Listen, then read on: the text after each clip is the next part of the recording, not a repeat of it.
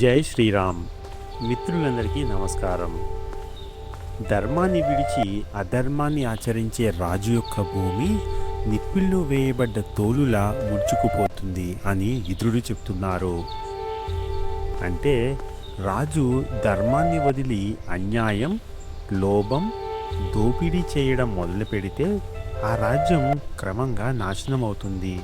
నిప్పుల్లో వేసిన తోలు ఎలా ముడుచుకుపోతుందో అలాగే ఆ భూమి, సంపద, శాంతి, ప్రజల ఆనందం అన్నీ తగ్గుతాయి. ఒక చిన్న కథ ద్వారా ఈ వాక్యాన్ని అర్థం చేసుకునే ప్రయత్నం చేద్దాం. అనగనగా ఒక చిన్న రాజ్యం ఉంది. ఆ రాజ్యంలో రాజు మొదట తండ్రి నేర్పిన ధర్మాన్ని పాటించేవాడు. ధర్మ ప్రకారంగా రాజ్యాన్ని పరిపాలించేవాడు. వర్షాలు సమృద్ధిగా పడేవి. ప్రజలు సుఖశాంతులతో సంతోషంగా ఉండేవారు. కాలక్రమంలో రాజు అధర్మం వైపు మళ్ళాడు.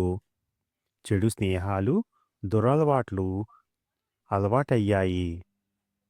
అన్యాయంగా పన్నులు వసూలు చేయడం, లంచాలు తీసుకోవడం, పేదలపై అణిచివేత కొనసాగింది. కొద్ది కాలంలోనే వర్షాలు తగ్గిపోయాయి. పంటలు ఎండిపోయాయి. ప్రజలు రాజ్యాన్ని వదిలి వెళ్ళారు. అప్పుడు జ్ఞానులు ఇలా చెప్పారు: ఇది ప్రకృతి శిక్ష కాదు, ఇది ధర్మాన్ని విడిచిన పాలన ఫలితం. రాజు ధర్మం తప్పితే రాజ్యమే కృంగిపోతుంది. దీని అర్థం ఏమిటంటే విదుర నీతి ఇట్లా చెప్తోంది: ధర్మాన్ని విడిచిన రాజ్యం నిప్పుల్లో వేసిన తోలు ముడుచుకుపోతుంది. అన్యాయం పెరిగితే సంపద కరుగుతుంది.